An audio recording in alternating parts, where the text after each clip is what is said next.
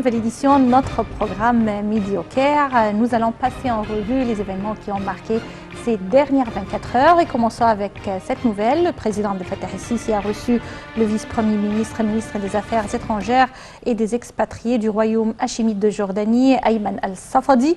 Le porte-parole de la présidence, Bassam Radi, a déclaré que le président a passé en revue avec M. Safadi les derniers développements dans la région, notamment la situation au Liban, en Syrie et en Libye, ainsi que le processus de paix au Moyen-Orient et la coordination existante entre les deux pays.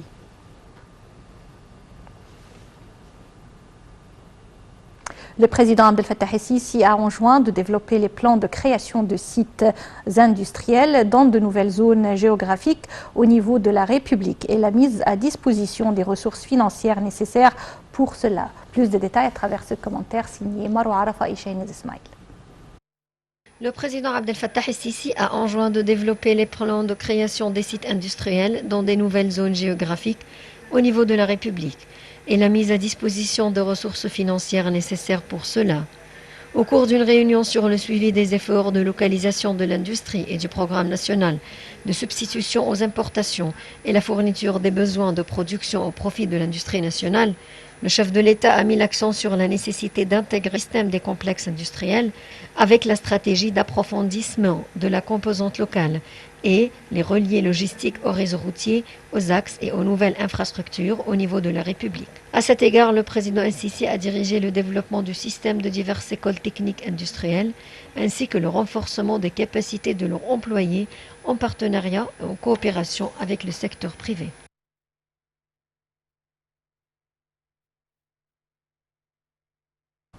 Nous avons contacté par téléphone Dr Passant Fahmi, expert en économie et ex-député au Parlement égyptien, afin de parler de ce sujet important qui est la création de sites industriels dans les nouvelles zones géographiques.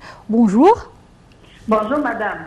Quand on parle de création de sites industriels dans les nouvelles zones géographiques, on doit parler de cet élément dans un cadre plus large qui est le développement économique, la vision de l'Égypte 2030. Selon vous, pourquoi ce volet industriel s'avère important pour l'Égypte? Ça a une grande importance. Pourquoi? Oui. Parce que nous sommes en train de développer de nouvelles villes. Et pour l'ambition que tout le peuple égyptien vit sur tout le territoire égyptien. Jusqu'à présent, on occupe moins que 10% de notre surface. Alors, si on ne construit pas de nouvelles villes, non seulement pour les gens pour l'habitat des gens, mais aussi ça doit avoir du travail. Oui. Le travail chez nous aussi est très facile à accomplir. Pourquoi?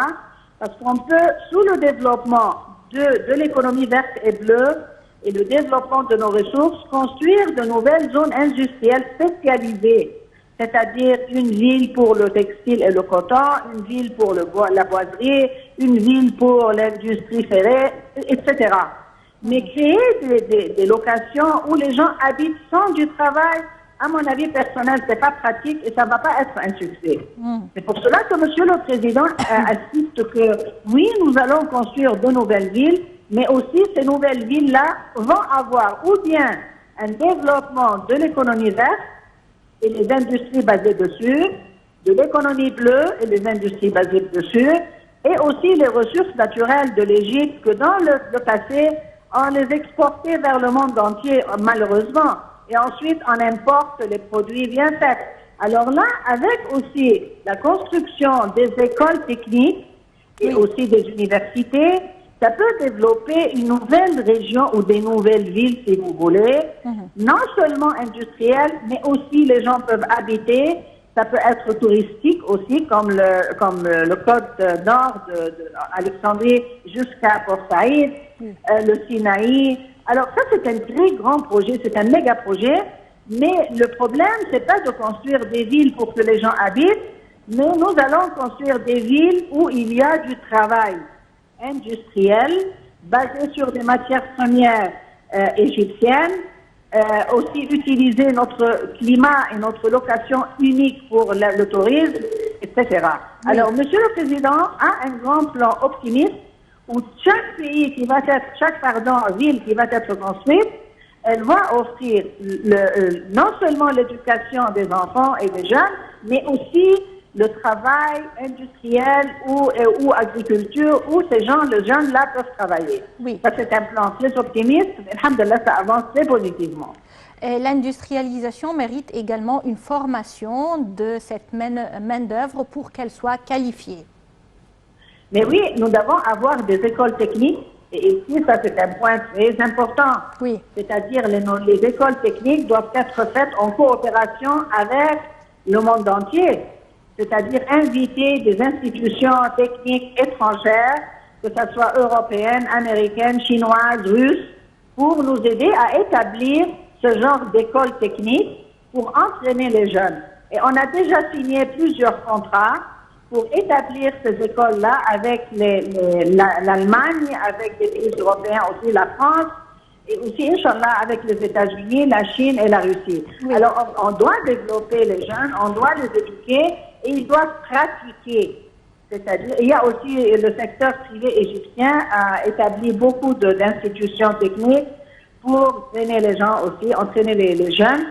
Alors, ça avance, comme je viens de répéter positivement, mais c'est un nouveau plan, une nouvelle philosophie qui travaille sur l'économie réelle. Parce que dans le temps, on ne travaillait pas sur l'économie réelle.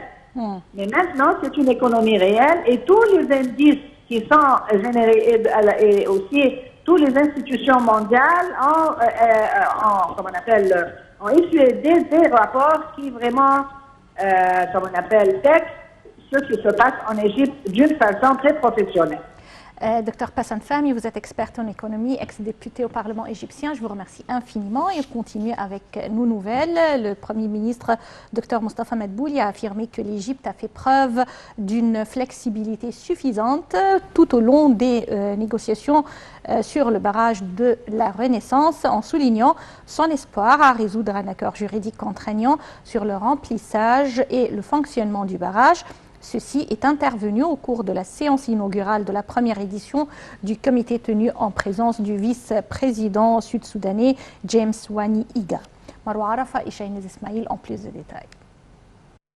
Le Premier ministre Dr Mostafa Madbouli a affirmé que l'Égypte a fait preuve d'une flexibilité suffisante tout au long des négociations sur le barrage de la Renaissance, en soulignant son espoir à résoudre un accord juridique contraignant sur le remplissage et le fonctionnement du barrage. Ceci est intervenu au cours de la séance inaugurale de la première édition du comité tenue en présence du vice-président sud-soudanais James Wani Iga. Le haut comité conjoint entre l'Égypte et le Soudan du Sud vise à organiser et à renforcer la coopération en faveur des intérêts des peuples des deux pays, selon le Premier ministre. Le comité a coordonné une vision globale et développé sur des relations de coopération durable dans tous les domaines, selon Dr Madbouli, qui a rappelé les directions données par le président Abdel Fattah el-Sisi pour déployer tous les efforts en vue de développer les relations entre l'Égypte et tous les pays africains. Dr Madbouli a enfin souligné que l'Égypte est soucieuse de promouvoir les relations avec le Soudan du Sud pour qu'elle atteigne le niveau de partenariat stratégique basé sur les intérêts communs des deux pays.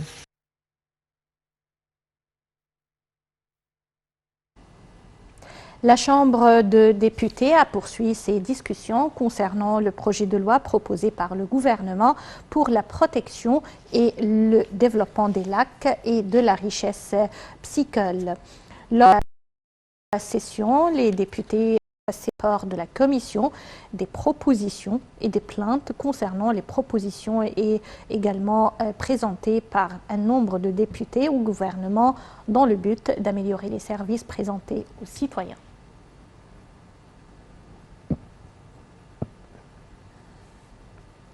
Les indices de la bourse du Caire étaient mitigés à la clôture de la séance d'aujourd'hui, dû aux opérations d'achat des investisseurs arabes et des opérations de vente des institutions locales et étrangères. L'indice principal GX 30 perd 0,3% pour atteindre 10 691 points, tandis que les indices GX 70 et GX 100 ont gagné respectivement 0,9 et 0,5%.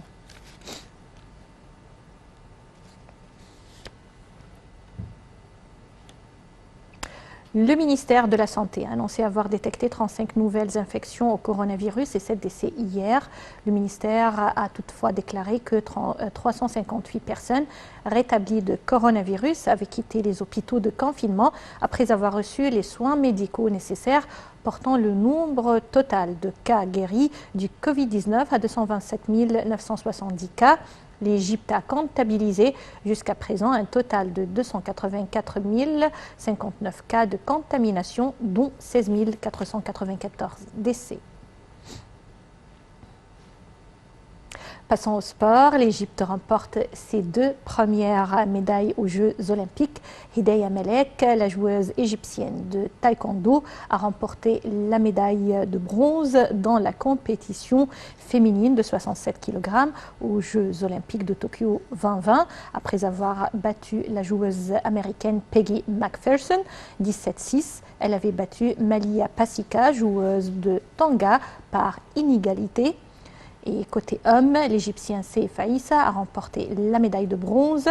Aïssa a réussi à se qualifier pour les Jeux olympiques après avoir atteint la finale du tournoi africain de qualification qui s'est déroulé à Rabat. Mesdames et messieurs, avec cette nouvelle, nous parvenons au terme de notre édition de Midi au Caire. Merci pour votre attention.